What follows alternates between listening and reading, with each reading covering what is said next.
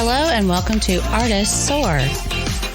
This is a podcast for artists by 3 artists. We discuss all aspects of being artists, the good, the bad, and the ugly. The goal of each podcast is to provide solutions so artists can focus on their creativity and soar above. I'm Rachel Harshenko. Jules McCullough. Stephanie Weaver. Martin Luther King Jr. once said, "You don't have to see the whole staircase, just take the first step." So in today's episode, we're going to be talking about procrastination. And do you succumb to procrastination? Is it the big evil for artists out there? But before we get to that, what are we working on? So I feel like all I talk about is art business stuff, but I'm going to tell you anyway. Okay.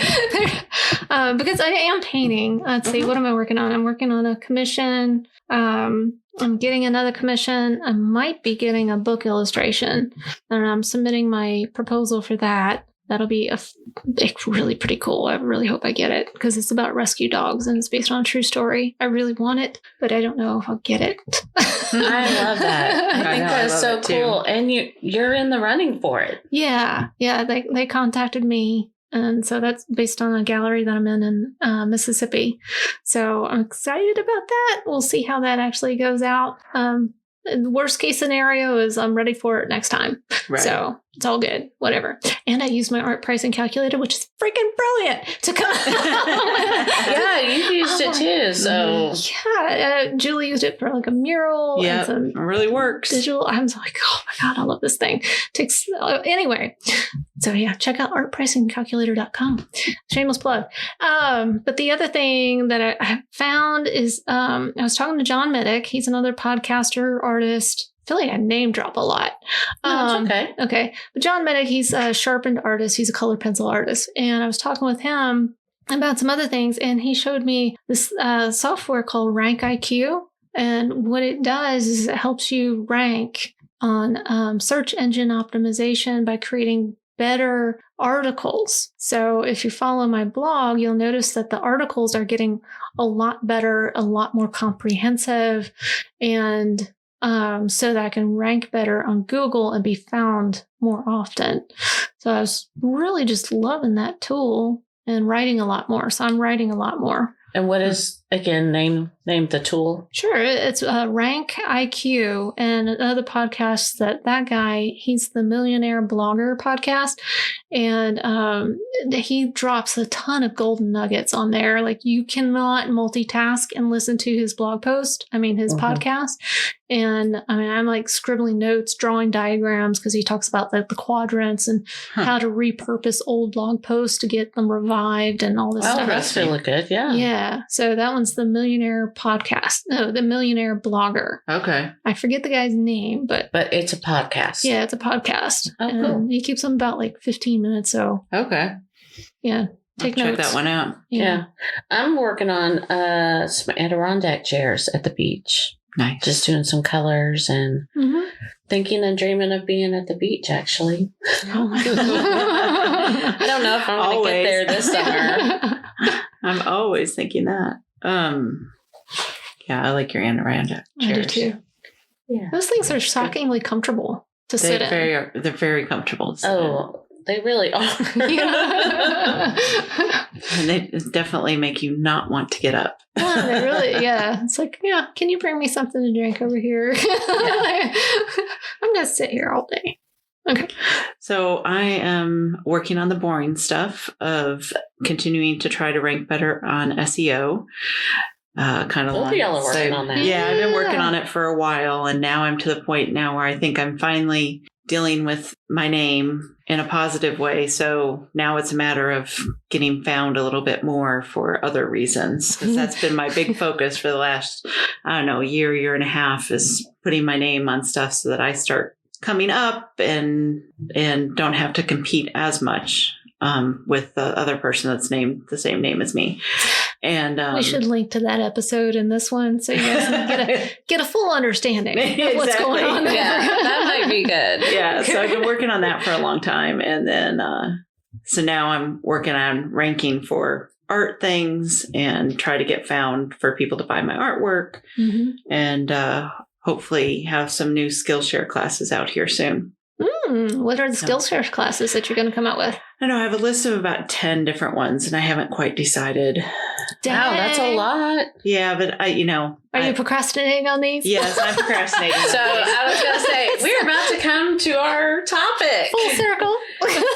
So, Hey, before we dive into today's topic, I actually made a gift for the Artist Sorter listeners, and that's the Art Business Checklist and Video Guide. This checklist actually outlines what you need to do every day, week, month, quarter, and even year. The purpose of it is to hopefully make your lives a little bit easier as you're defining your art business. You can go to stephanieweaverartist.com/art-business-checklist to grab that free guide now. Again, that's stephanieweaverartist.com/art-business-checklist. procrastination. Do we do it? Yeah. Yes, we do it all the time. God, okay, so there are so many levels of procrastination for me. I have no issue doing anything procrastination-wise. I cannot say that word. Procrastination-wise on anything on my computer. I have no problem with that. The problem that I have with procrastinating is coming to the easel nowadays because the kids are home, Ben's home, and so I feel like if I'm going to go to the easel, somebody's going to interrupt me. And that ticks me off more than anything because it breaks my concentration. With a computer, I'm like, okay, and I hold up a finger and I tell them, wait a minute, not the other finger, but I hold up my finger and tell them to wait a minute. Not the infamous finger. And tell them to wait a minute because that's an easy stopping point. With the painting, it's not an easy stopping point. Right. So that I procrastinate on right now. Is there a way you could put like a little sign on your door like, hey, painting in progress, give me... Yeah, when I open my door, you can talk to me. Yeah. That's a good idea. And tell them, I'm going to go paint for 30 minutes. Mm-hmm. I'm going to shut my door. Unless you're bleeding or missing an appendage, don't come in. Right. Yeah. Or you will be. Right. I mean, but your kids are old enough for that. Yeah. Your kids are really old enough for that. Yeah, they are. That's a good idea. I like that. But would they listen? Yeah, no, that's the big question. Emily won't. She'll gently tap on the door. That doesn't bother me at all. Yeah, sounds like my. I mean, it's not really is it really is she really bothering you with a little tap? It's not really an interruption. It really bothers me. Yeah. No, I know. But that's in her head. She's like, I'm not really interrupting. It's just a soft tap, Yeah. Yeah. But she gets a response. What? I'm busy. So is it just during the summer you find you procrastinate then? Well, so I think there are times when I just don't want to do anything. And so I don't. I don't know when that would be, by the way, because the only time that I know that you really completely sort of relaxed was this last sabbatical, but you were still doing stuff. Well, yeah. I mean, I've still got to do stuff.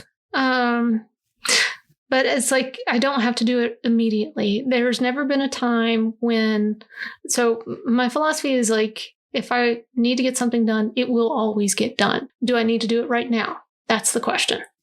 And the answer is no, then I'll put it off until when it does need to be done.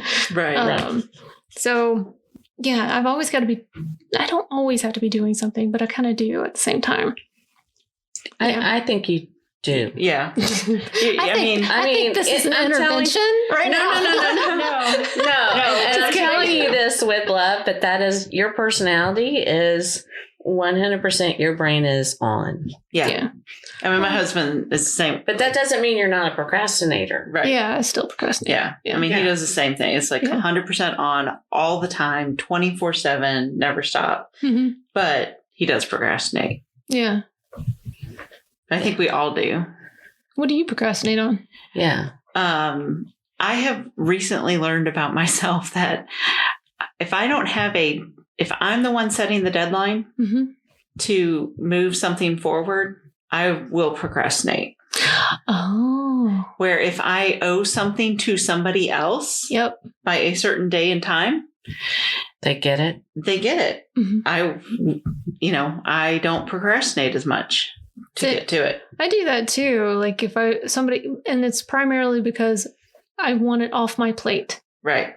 Put it on somebody else's plate. Right. Yeah. Where if it's something, that I'm working on, for my business or for me or whatever it is, I procrastinate, and I'm not really sure why. But I have learned that I set a date, though. You do set a date. I set dates. I set times. But then it gets moved. It gets moved. I know internally that I can push it because I'm the one that set it. Where somebody else sets it, I can't push it. So I remember we had this conversation before, and I think Neville was part of a challenge where if they didn't meet their internal deadline, they actually owed the other person $5 or something like that. So they had some sort of tangible result. Yes, I do remember that. Yep. Yeah. I was like, well, I think we said it need to be like more than $5. I'd be like, here, I'd be walking in. I'm out. There's a swear jar. It's not going to work for me. Right. Exactly. But yeah, so, that's where I think having a coach, somebody that, pushes me and is saying, this is what you're going to have done for this next meeting. Mm-hmm.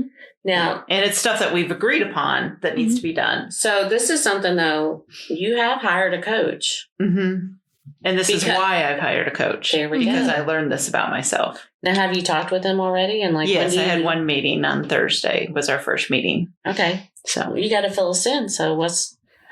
Well, it was more of a housekeeping meeting. Like, these are the expectations. This is kind of, it's just repeating all that kind of stuff.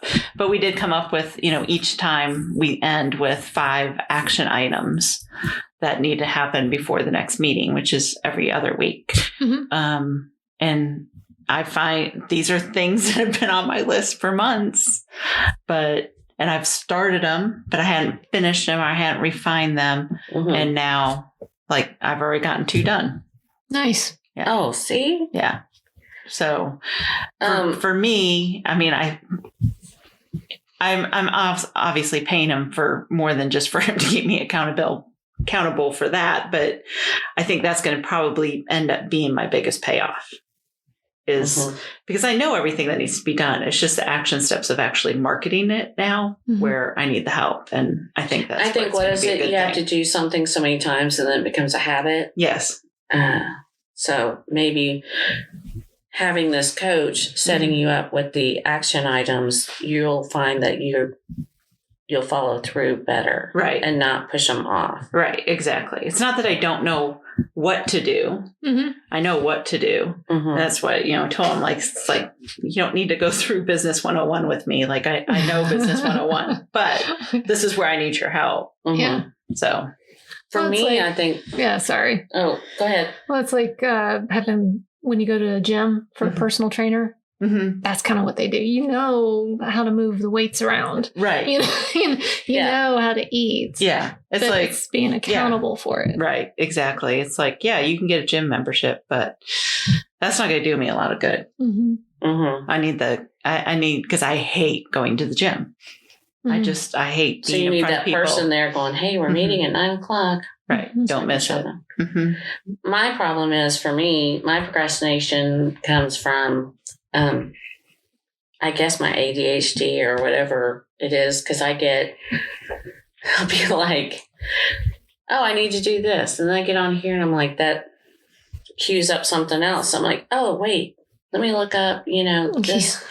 Squirrel. Yeah. It's like a squirrel moment. Oh, let me look up galleries in Birmingham. Oh, wait. And I need to order some game saw. Oh, wait. I need to do this. And then and then I'm just so far steps away from where I was supposed to be doing, Right. And I watched someone on TikTok, and it was kind of the same thing. He woke up, he was going to make an omelet, and he didn't have peppers. And he's standing outside and he's got this row of peppers that he planted. And he's like, it's 6:00 and I still haven't eaten. But he's got all these pepper plants and tomato plants for his omelets for the next, whatever. And I'm like, oh my gosh, he just described my life, every day of my life. Because I'll get to the end of the day and I'm like, what did I do? I know I did something. Mm-hmm. but did I get something up on Etsy or something? I'm like, nope, because I went down the Sale Samurai. I went to here. I went there. I'm going to look up Ranker now. And, you know what I mean? It's like, I'm going to be like, oh, maybe I should be blogging. Maybe I need to write. Yeah. Yeah. Well, yeah. And that's part of the problem is like you get all these, oh my gosh, we were talking about, and see, he can't finish the sentence. So, but we were talking about this at our last Coffee and Create decision, like mental fatigue. And what you're describing right there is one of the reasons why, like, sometimes we'll just completely shut down and won't do anything and want to go take a nap because we've got the mental fatigue of doing this, then we need to do that, and then we need to do this, then we need to do that. What was that? So sorry, Julie just shivered. So I think my house is too cold. And you better not cut this out, girl, because that was way too funny. It was just an uncontrollable shiver. I mean, someone walked over your grave. That's what I was going to say. Oh my gosh, but I don't have a grave. Not in this dimension. Oh my gosh, that was too funny. Sorry. I'm not used to having air conditioning. Oh yeah, ladies, I mean, whoever's listening, Julie does not have air conditioning. And it's like, it's Alabama in June or July. 100-degree weather here since last week. Bless you. Humidity of like 85. It's ridiculous. Yeah. Oh my gosh. Oh, anyways. Finish. Oh yeah, Mental fatigue. Mental fatigue. So like in all these little squirrel moments, they exhaust us. Or decision fatigue. That's what we were talking about. Decision fatigue. Yes. Uh-huh. Yeah, and that was the one thing when I came back from the sabbatical. I was like, I didn't take a single nap that entire time. I was not tired. And then as soon as I got back home, I wanted a nap about 2:00. And it's all the decision fatigue. And I think that's probably also one of the reasons why we procrastinate. Probably. It's like we just need a minute to breathe. Yeah. Well, and it's like, I told my coach, I've got all these different things on my list. I've had them on my list. They're all stuff I know need to be done, and they're all important. So which one do I work on? And I hop over here and then I hop over there because I feel like, oh, this is failing. I need to come over here and work on it a little bit. Okay, let's go work on this a little bit. That causes procrastination as well. And I think sometimes when your list is so long, you might start on one. You're like, no, well, I really need to finish this one so I can finish this one. Right. Do something on the second one so I can work on the 8th one, and then you know what I mean? It's like you're like, oh, but I need to create more so I could do number 7. Right. Yeah, I mean, it's a good thing that I have everything listed out that needs to be done to move the business forward to meet my goals. But then all those things on that list cause procrastination because you're like, oh my God, this is just so overwhelming. Did you guys ever read the book Purpose Driven Life? I don't think did I? By it's an old one, but yeah, the guy out in California. I forget. I have to Julie's looking it up, but Purpose Driven Life, one of the things that they do, and they teach it in business school too, is also to draw out the 4 quadrants to determine what's important and urgent, what's important, not urgent, not important, and no, I didn't read that one. Important, not urgent. So basically when you start putting things in quadrants like that, it really helps you focus on if it's important and urgent, you got to get those things done. Knock them off your list.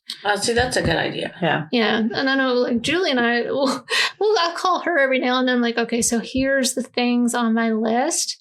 I don't know what to start first.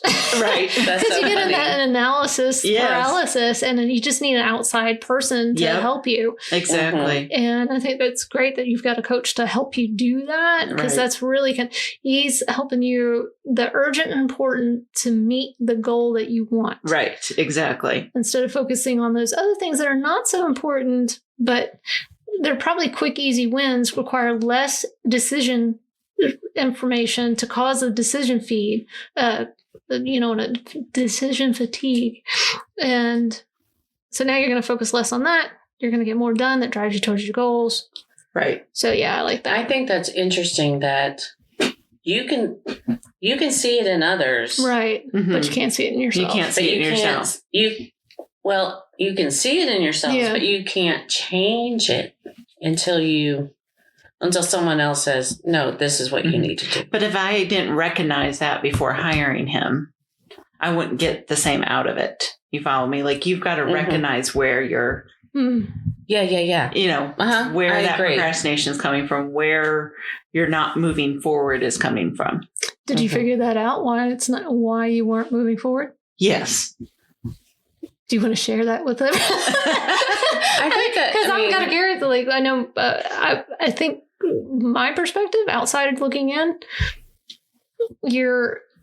you want to get there, but you're a little bit afraid of once you do get there, what will happen. Yes. Yeah, That's true. Mm-hmm. yeah. Yeah. Is that definitely one of your Mhm. reasons? Yeah. It's fear of failure, and so Fear you of don't failure. even try. Mhm. Mhm. Because I feel like I've been trying for a really long time, which really I haven't been trying for a really long time. No. You're just gearing up for it. But I've been, on this path of this dream, and, I have a You've support been dipping system. your toe in it. Right. I have You a support system, and, they believe in me, but at the same time, it's still, they don't. Like, how are you going to make money at art? You can't make money at art. Right. Mhm. So there's still that positive and negative battle Mhm. going on. Oh, yeah. Yeah, fear of failure. Mm-hmm. That's a big thing. I was looking at like Michael Jordan, kind of what he said once. I was watching something, and his fear of failure is actually what pushed him to become the best. Yeah. And he wasn't technically the best. He actually shot a lot. So, but he had a lot of shoots on goal, but he didn't make a lot of them. He just made the ones that were important to the team. Right. His percentage wasn't low, but he came through in clutches and things like that. Yeah. So you just got to take more shots and know that you're gonna exactly. fail. You're going to fail at some of them, but Yeah. you get. It's like I keep telling At myself, least my you're goal taking a shot. isn't how many yeses will I get. My goal is how many no's will I get. Mm. Whoa, See- now that's totally flipping Yeah. Because the I'm a narrative. goal-centered person. Mm-hmm. I felt that that was a better way to look at it than the other. And like one of the success factors that we talked about was we need to perfect imperfect actions. Right. Mm. So it's okay that's not 100%, Mm-hmm.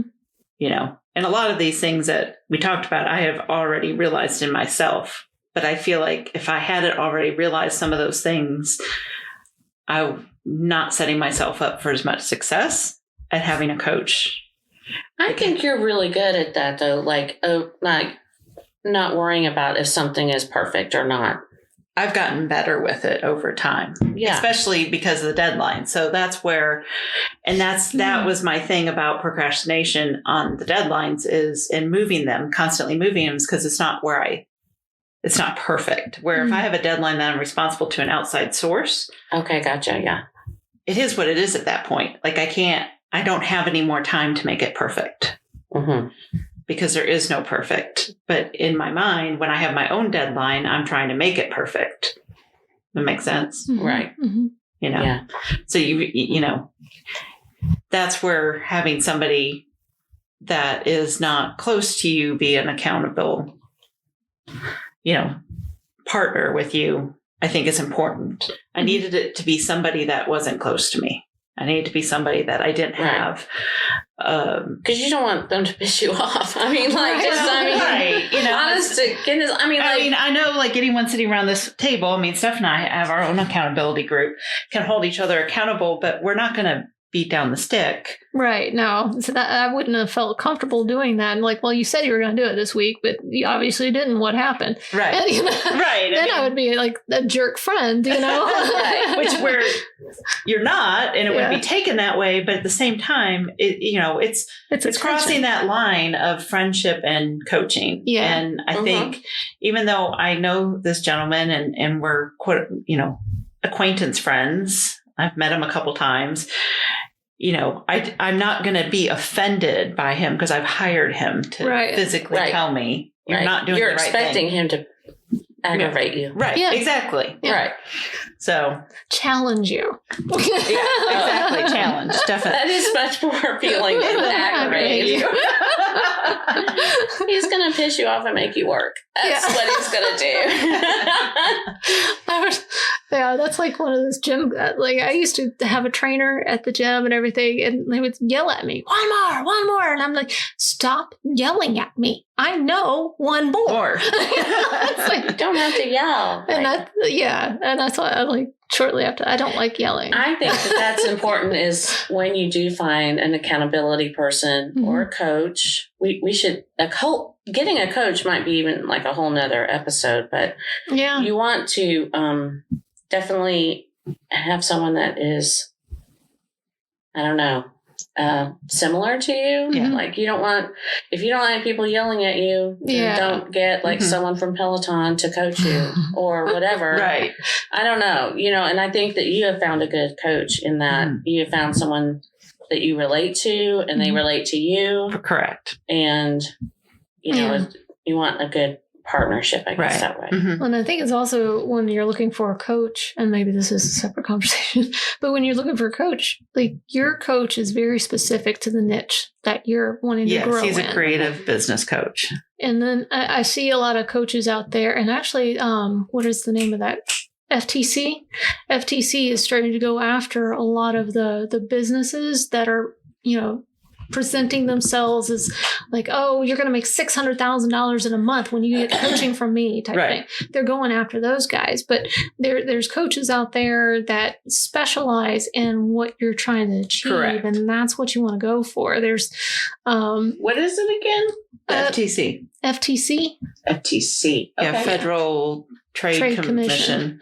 Yeah, they kind of regulate a lot of the fraudulent claims that people make, not only on food, but drugs and websites, marketing, all that other stuff. Right.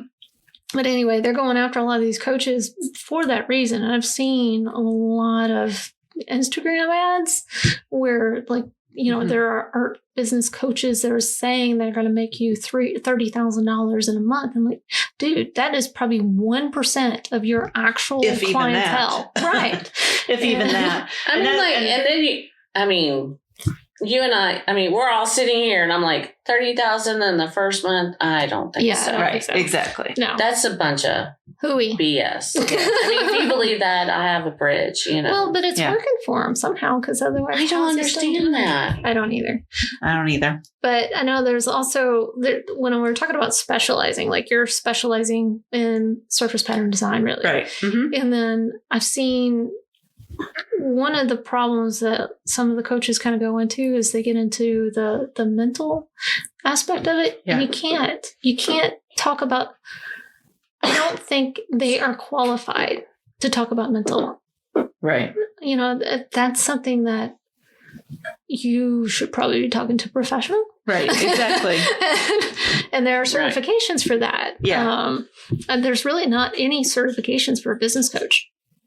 Not really. I mean, there's there are, but they're within the business coach community. Right. And I think you can get a certification. You can, but it's within the business coach community. Right. It's not like an outside board, like an interior designer or an architect. It's not an outside board that's certifying you, and you're not taking some big test and all that kind of stuff. Yeah.